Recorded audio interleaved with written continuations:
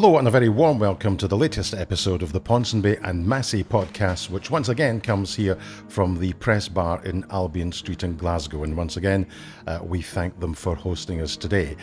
We've got three issues for you today. The first one, the issue which is engulfing the SNP over that now infamous meeting between Angus Robertson and the Deputy Israeli Ambassador, the fallout from that, how the First Minister has held it, and the related, and I suppose a little bit specific issue of John Mason's position and some of the things which he has put in X and the considerable fallout from that. There is the ongoing issue of the Scottish Conservative leadership contest.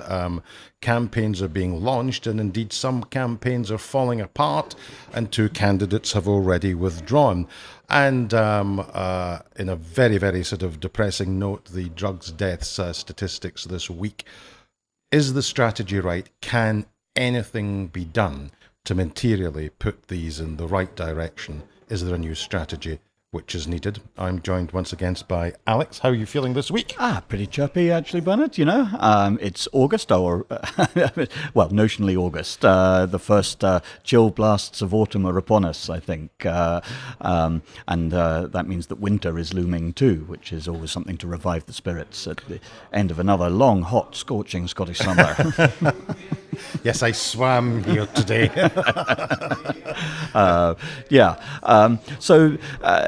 Yes, I mean, in certain respects, you know, Parliament is in recess. These are supposed to be the quiet weeks of the political season, the silly season even, traditionally, in terms of newspapers and other media outlets finding something to report on. The more preposterous and ridiculous, the better. So let me ask you this, Bernard, and so on. Is this row over Angus Robertson meeting the Deputy Israeli Ambassador to the United Kingdom a couple of weeks ago, is this a silly season story, or is it actually something real? What does it tell us about the SNP? What is actually going on here? Well, I think there are two issues, as I was saying right at the top. Why don't you deal with the issue of John Mason, and I will deal with the Angus Robertson one and how this has been managed. Now, I think the first thing to say is that if your ministerial responsibility is for external affairs, as a matter of course, you will be meeting diplomats from different countries all the time. So there's a sense in which this meeting will have been in the diary for quite some time. Now, once it was known that it took place, of course, there was an almighty brouhaha within the party. Some people deeply upset that in the circumstances of what's happening in the Middle East, that Mr. Robertson should have taken this meeting. He subsequently apologised, was backed up by the First Minister. He apologised not for actually taking the meeting. He apologised for the perception that some had placed in this meeting that this somehow meant that relations between the Scottish Government and Israel were normal. And indeed, the First Minister, in backing up Mr. Robertson, said that I wanted to make it clear that people shouldn't read into that relationships are indeed normal. Now, I think the problem both for Mr. Robertson and indeed for the First Minister, from the point of view of the political management of this issue, if it is the First Minister's position, and it is because he's on the record having said that it's his position, that the relationship is not normal because of the exceptional circumstances which we had, why did they sanction the meeting in the first place if they wanted to state that the relationships were not normal? So what you then have is that they sanction a meeting, they think that it's being misrepresented, and they then come out with a line, and the line would be more believable if the meeting hadn't taken place in the first place. Yes, and then there's the thing that Angus Robertson has to perform a sort of walk of shame down the Royal Mile and so on, being pilloried by, you know, SNP supporters, mainly from the left of the party, I would suggest. You know, there's also an element, though, here of sort of solipsism about it all. I mean, I think it's perfectly reasonable for the Scottish Government to have, meetings with diplomats from other countries. I think it's perfectly reasonable for the Scottish Government to actually have diplomats diplomatic or trade representatives in foreign capitals. That is perfectly normal. But at the same time, there is something odd about the sort of intimation, the suggestion that, the Cabinet Secretary for External Affairs in the Scottish government meeting the deputy Israeli Prime Minister to the United Kingdom it has any kind of material bearing on what happens anywhere in the Middle East whatsoever. It's another one of these SNP rows that is actually all about us, all about the SNP, rather than anything about the actual circumstances that are notionally at issue. There is this sort of sense that the rest of the world, orbits Scotland and pays close attention to what is happening here. And I think that it is possible to overstate the extent to which that is the case. And, this notion, we then have John Swinney having a meeting with the Palestinian consul to the UK and so on. I mean, that is clearly a kind of make-up call. But, the overall sense from this story, it seems to me, is that, you have a reality now that the SNP and perhaps the Scottish Government are effectively taking sides in this dispute, a dispute that doesn't necessarily have very much to do with either their day-to-day responsibilities or the lives of their constituents, and about which the Scottish Government can actually do absolutely nothing in any kind of material or practical way. Would you agree with that? If you do you think there is a danger for the SNP and the Scottish Government to be seen or perceived to be taking sides? Because it seems quite clear to me that they are doing that. Well, on the issue of the management of this, let me deal with that first of all, because Angus Robertson, in the TV interviews that he did this week, was basically said, and make no mistake, when I had this meeting, I more or less told them what the Scottish Government thinks about the government of Israel and the conduct of this particular war. Now, partly because there are diplomatic protocols at play here, the one thing that you will not hear about is an account from the deputy Israeli ambassador. How much of that meeting was actually devoted to what was happening in the Middle East and how much of it was about trade and all this kind of stuff? Well, I don't know because I wasn't in the meeting. But of course, Mr. Robertson's view of that meeting is unlikely to be challenged, so we will simply never know how much of that meeting was actually the issue of the Middle East was, and the war dominated the exchanges. As to the point, should parties and should parliaments and should leaders take a position and a stance over which they have very little effect? Well, I mean, you could say the same of the UK government and the Foreign Secretary.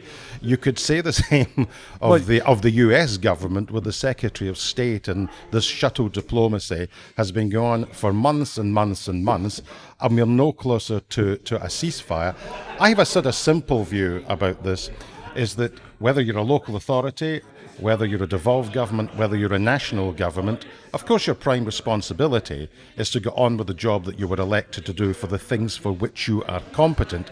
If you want to express a point of view which, if you like, is out with your constitutional or political remit, I have no problem with people doing that. We live in a democracy, and I would expect the Scottish Government to do so. What is interesting is that in the substantive point about the war, when one SNP MSP decided to make a statement on X about this, the way in which the world fell upon him, or the SNP world fell upon him, which raises a number of questions.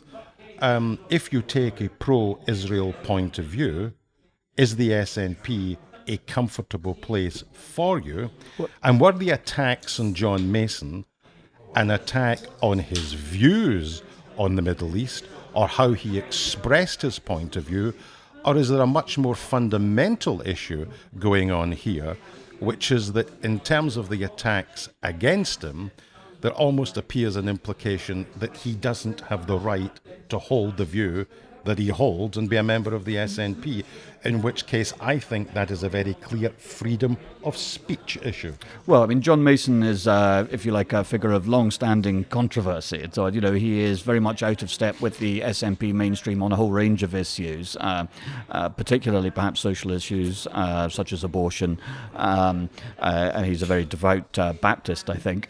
And, is something of a figure of fun at Holyrood. And, he got into an awful lot of trouble and then has had the SNP whip suspended, stripped from him, in fact, which will be of interest in terms of parliamentary arithmetic when Holyrood returns at the beginning of next month, because he had said on Twitter, now X, well, look, if the Israelis were really interested in committing genocide in Gaza, they could or would be killing 10 times as many people as they currently are. And this provoked a firestorm of reaction. And, one can see why to some extent. It was perhaps clumsily expressed. There is an issue here in terms of, what is the meaning of genocide? There is a particular legal definition of acts of genocide. And then there is, if you like, the popular imagination of genocide, the popular definition of genocide, which is, I think, something closer to what John Mason was articulating. So there is a discrepancy and there's room for argument there. It is also, clear that it is axiomatic for many people on the pro-Palestinian side of this argument, many of them on the left, that Israel is committing acts of genocide in Gaza. That has not been decided by any court as yet. At best, it is an open question. I say that as neutrally as possible. But yes, John Mason is seen as taken a pro-Israel side to be somewhat reductive about this. And the mainstream of SNP opinion on this issue is clearly on the pro-Palestinian side, it seems to me. Now, almost uniformly, I would have said. Almost uniformly. Yeah, which is interesting because it's also not necessary. I mean, I quite agree that, the Scottish Government and the SNP have the right to express their views. But again, I come back to this thing that, it's all about us in some ways. Brendan O'Hara, MP, when he was writing to Angus Robertson to complain about this meeting with the deputy ambassador, said, look, we were a sort of point of shining light for people. We have been holding the line. We were the first, we, the SNP, were the first to make the case for a ceasefire. You are undermining us here, which again, it suggests that it is all about us. It's not really about the issue itself. And there are, I think this segues into a number of things about the Scottish Government and its international relations, its external relations. I mean, we had Stuart MacDonald, the former MP for Glasgow South, on the show a few weeks ago, and he's, something of a hawk on a number of foreign policy issues, and so, he thinks that the Scottish Government is quite naive in its dealings with China, for instance, where you have a load of complicated issues at play. It is very difficult to extricate ourselves from a relationship with China, even if we decided that was something that we should be doing. At the same time, however, the Chinese treatment of the Muslim minority, the Uyghurs, and a whole host of human rights issues in China is the sort of thing that you would think would give a outwardly, ostensibly, proudly progressive, human rights-oriented party like the SNP some pause, perhaps, and yet it doesn't. And so I think you have a number of people, when it comes to the Middle Eastern question, who look at this and think, well, hang on a minute, the SNP applies one set of standards to one issue and a completely different one to other issues. And I think there's a degree of fairness to that criticism, even if you could also legitimately say that the Middle Eastern problem, the war there, is sui generis, and so on. It is actually exceptional. Yeah, I'm much more interested in the management of this. I mean, your general line, it's all about them. Well, any political party, it's always about the political party. Can the SNP directly affect the outcome of what is happening in the Middle East? No, but they are no more impotent or less impotent than the Labour Party, the Conservative Party, sure. Whoever. Should they express a point of view? Of course they should express a point of view. All elected politicians should express a point of view, in part because they will have a mailbag from constituents who are interested in where their elected representative stands in all of this. Now, as you've made the point, the SNP is overwhelmingly, not quite uniformly, but overwhelmingly pro-Palestinian. That has been the position in the SNP for many, many years. John Mason's position, this, I think, is well understood. I think the original tweet was extremely clumsy. I would be more concerned that an elected representative wasn't reading back 2 and 3 and 4 times, and something as sensitive about this, to actually ensure that he was expressing what he meant, because in a subsequent radio interview on Monday morning, he appeared to be saying, what people are saying I've said, or the construction that they've put on this, is not what I mean. That being said, people like Ian Blackford, Sandra White, Alec Neil really decided to go for him. Now, they're entitled to do that. They're entitled to say that his views are appalling. The party is entitled to say that we wish to withdraw the whip. The point that I have, or I'm chucking in for debate here, is a simple one. And my question in that sense to the party leader and the First Minister would be this. 1, is it permissible in the SNP to hold a point of view which is pro-Israeli government? Yes or no? I suspect his answer to that, it may well be muddled and it may well be fudged, will eventually be yes, because people have the right to be heard in politics, and elected representatives have the right to be heard. If he therefore has the right to express that point of view within a political party, what is the suspension for? Is the suspension because he is pro-Israeli, or is the suspension because in prosecuting a pro-Israeli line he was clumsy in the language he used? And I think it's important that they explain that distinction. My view is that people in political parties should stand up for what they believe in, even if these points of view are unpopular within the party. I do not like the idea that a point of view which is genuinely held and genuinely expressed, that people come down on it in a ton of bricks because they don't think it's a legitimate point of view. When our political discourse gets into the realm of legitimate points of view and illegitimate points of view, I think we're into dangerous territory. Therefore, I would defend John Mason's right to say what he said, although I personally would not agree with it. Well, I mean, I don't think what he said was necessarily, certainly was not beyond the bounds of normal political discourse. But this is an issue where actually, you talk about the management from an SNP point of view of this being important, and I agree that that's of interest. And it does have a certain significance about how the SNP runs itself. But I think the actual substance of the issues at stake in the Middle East are also important, and I would suggest, slightly more important than how the Scottish Government or the SNP manage debates about this issue. Because, for instance, it's taken as being axiomatic on the SNP side of this argument that Israel's response to the October 7th attacks has been disproportionate. Now, that is obviously a tenable, defensible line, but it strikes me that it is not one that has been proven, because it is not a question of, looking at, 1,200 people massacred in Israel, hundreds of hostages taken, therefore the quid pro quo there is a comparable number of, Palestinian deaths, however regrettable that might be. The question of the legitimacy of Israel's actions depends on the reasonableness of their aims. So I would suggest that if Israel's aim is to make it impossible for Hamas to launch subsequent attacks of a similar scale and type as October the 7th, then the question of proportionality is very, very different from the question of proportionality and reasonableness if Israel's goal is just to punish the Hamas leadership. And it seems to me that there are a lot of people who don't actually pay very much attention to what is actually a very significant and important question. I think we probably need a separate show in this, because I probably disagree with just about all of that. We should probably do a separate show in which we will look at the from a military perspective, from a political perspective, I mean, from a legal perspective.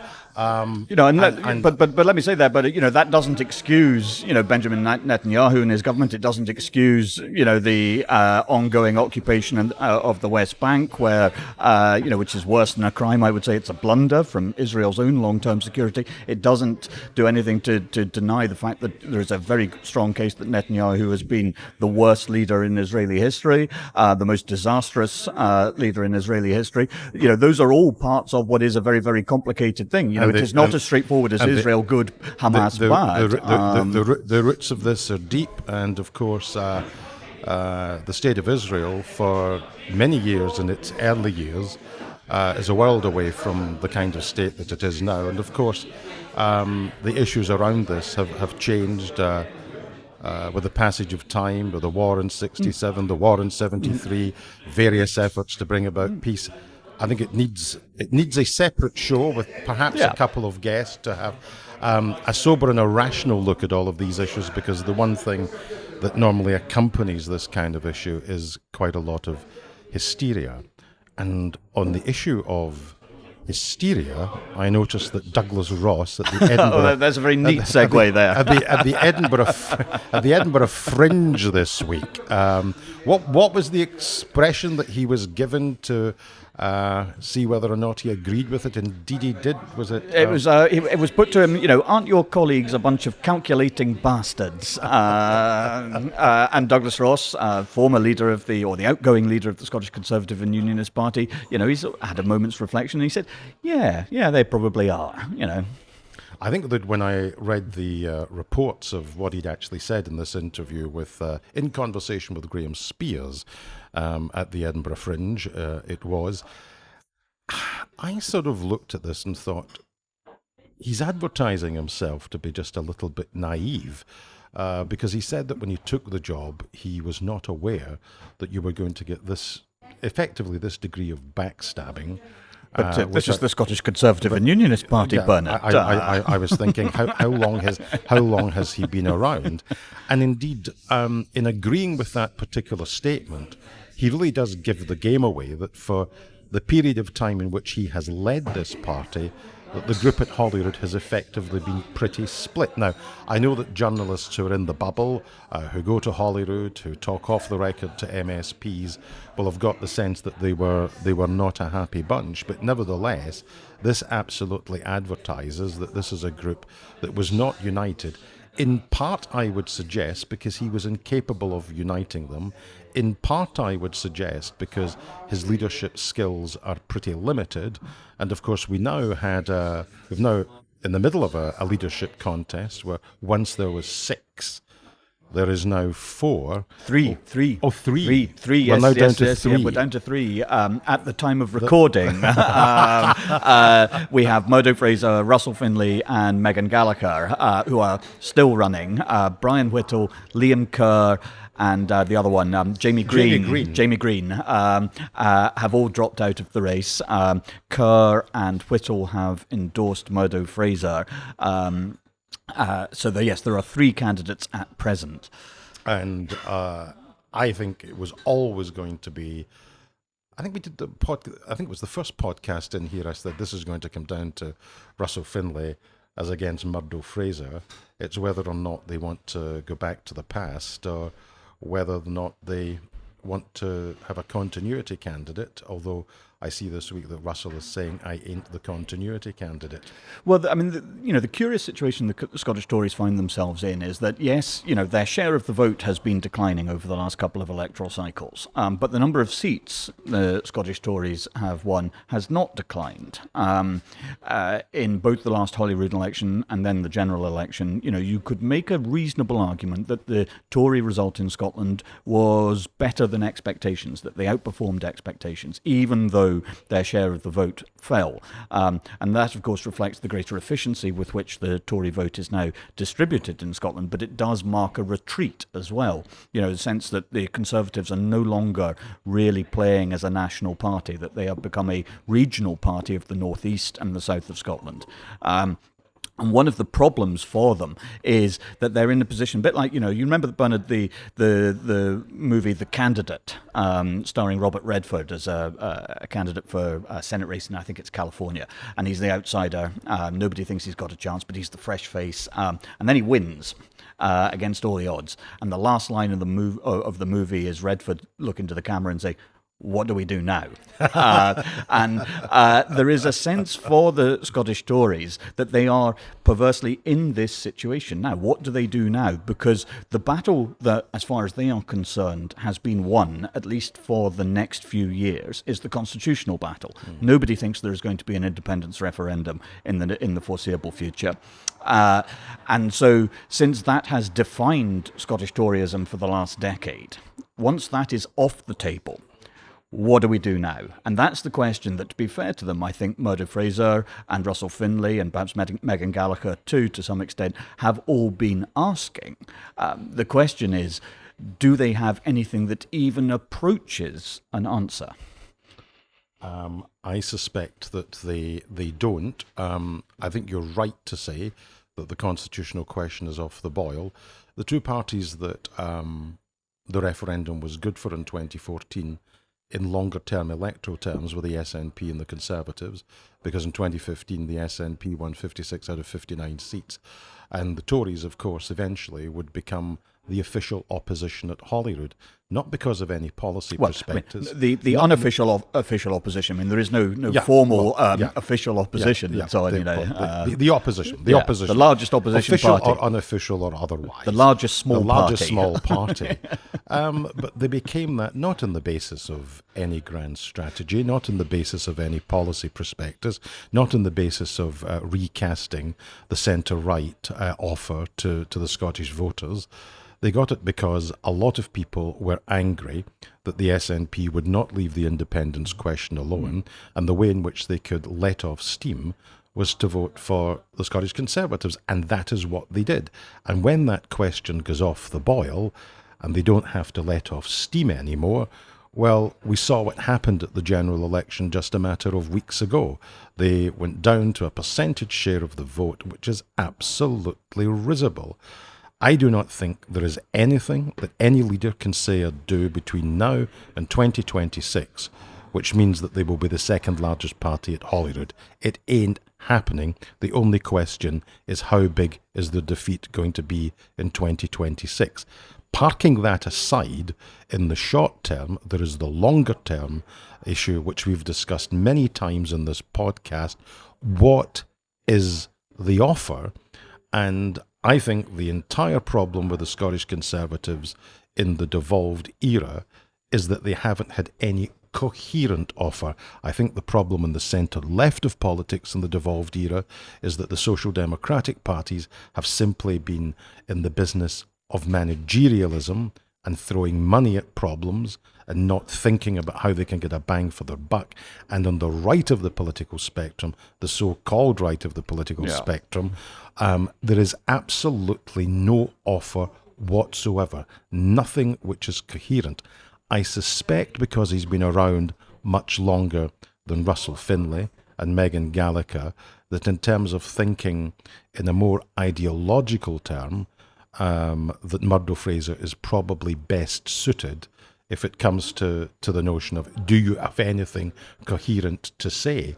Because it doesn't strike me that either Megan or Russell have the kind of philosophical anchors within the Conservative Party, or dare I say it, a broader and deeper understanding of conservatism, which means that they're in any position to turn this around. Well, I suspect that is probably true. I mean, nobody has ever lost money in the long term by betting against the Scottish Conservatives, or indeed their intellectual capacity. I mean, who was the last Tory intellectual at leadership level of the party? I suppose Michael Forsyth. And well, that split the Scottish Conservative Party too. So, this notion that the Scottish Tories are, calculating bastards and so on. I mean, there's some cheek from Douglas Ross to be talking in those terms about about his colleagues, however justified it may be, given that he was the beneficiary of a putsch against Jackson Carlaw that put him into office at a time when it wasn't obvious there was a groundswell of demand for that change of leadership within whatever purports to be the grassroots Tory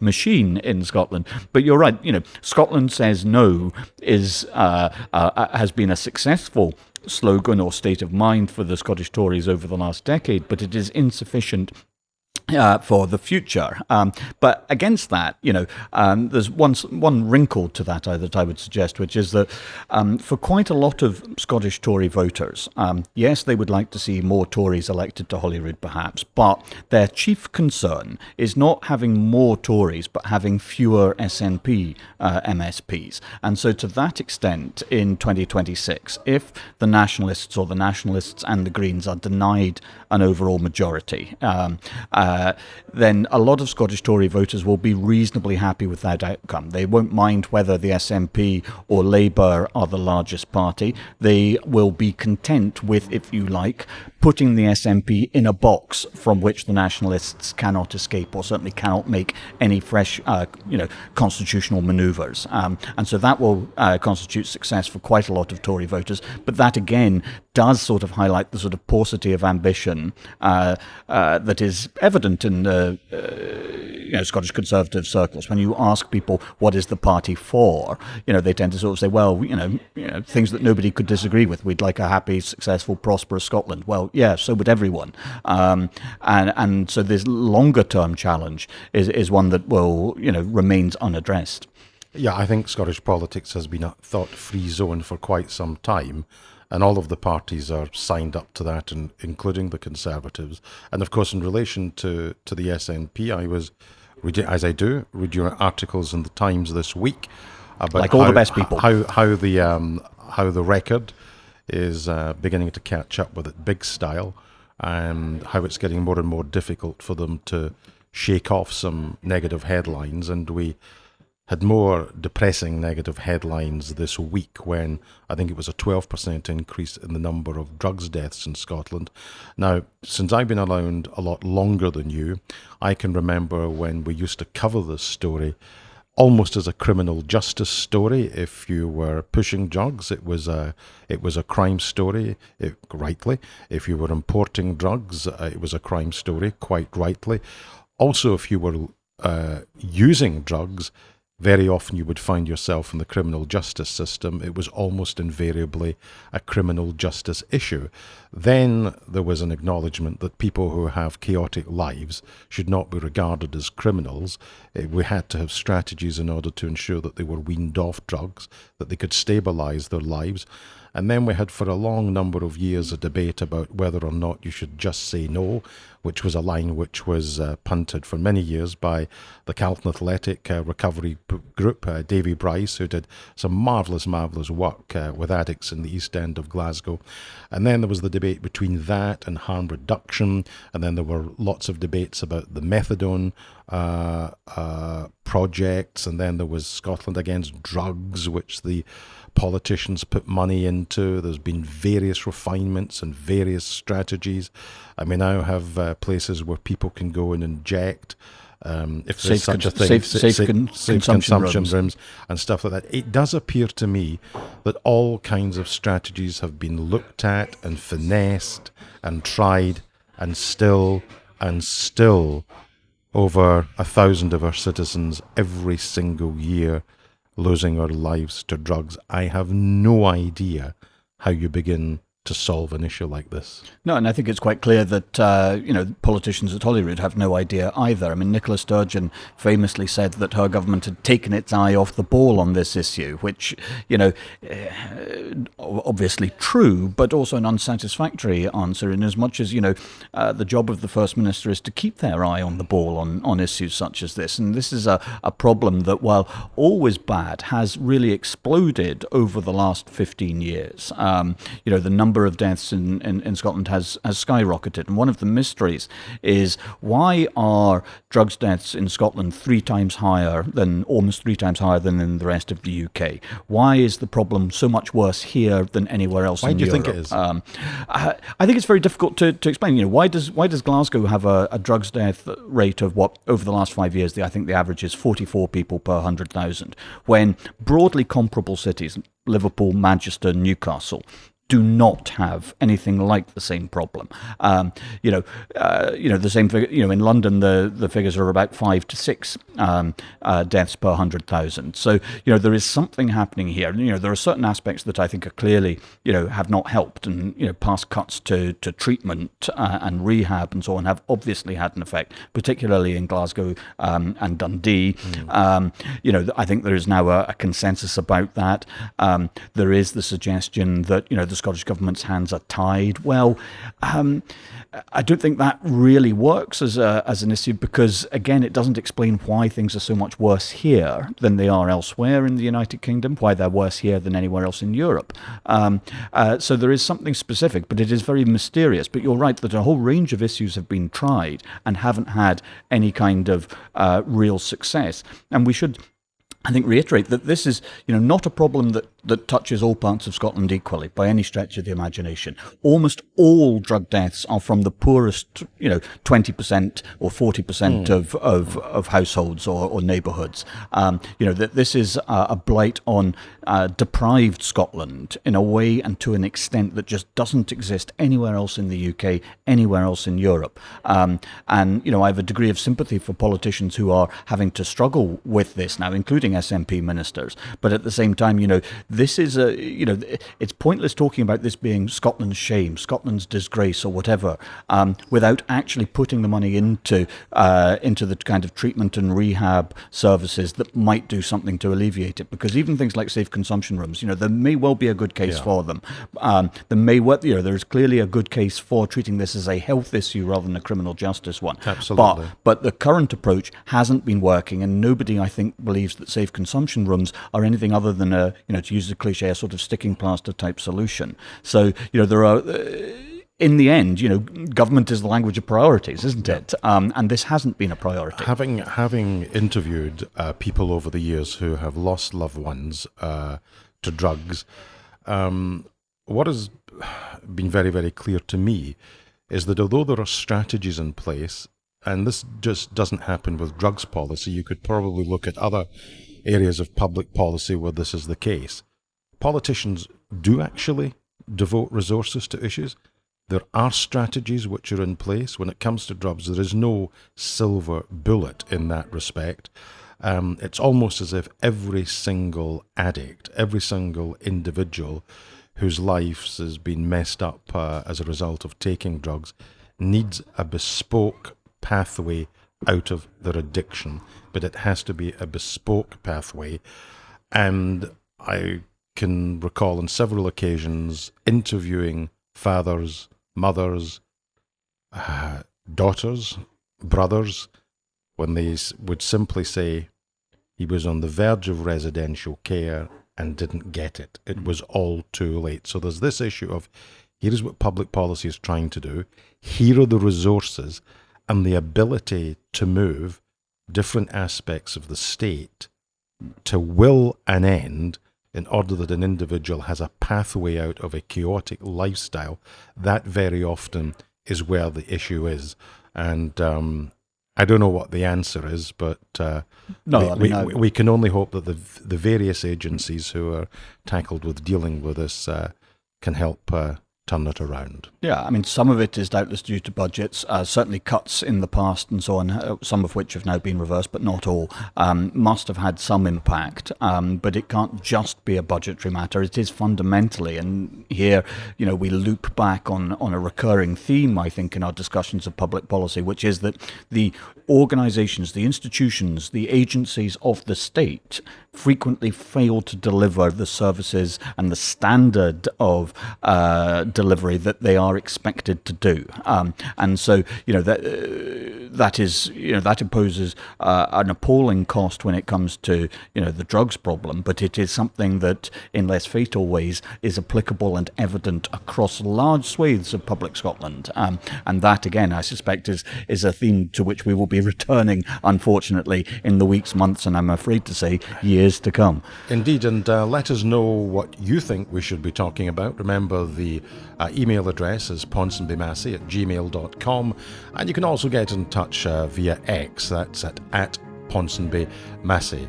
But that's it for this edition of the podcast. Once again, our thanks to our hosts here at the Press Bar on Albion Street in Glasgow. And from me, for the moment, it's goodbye.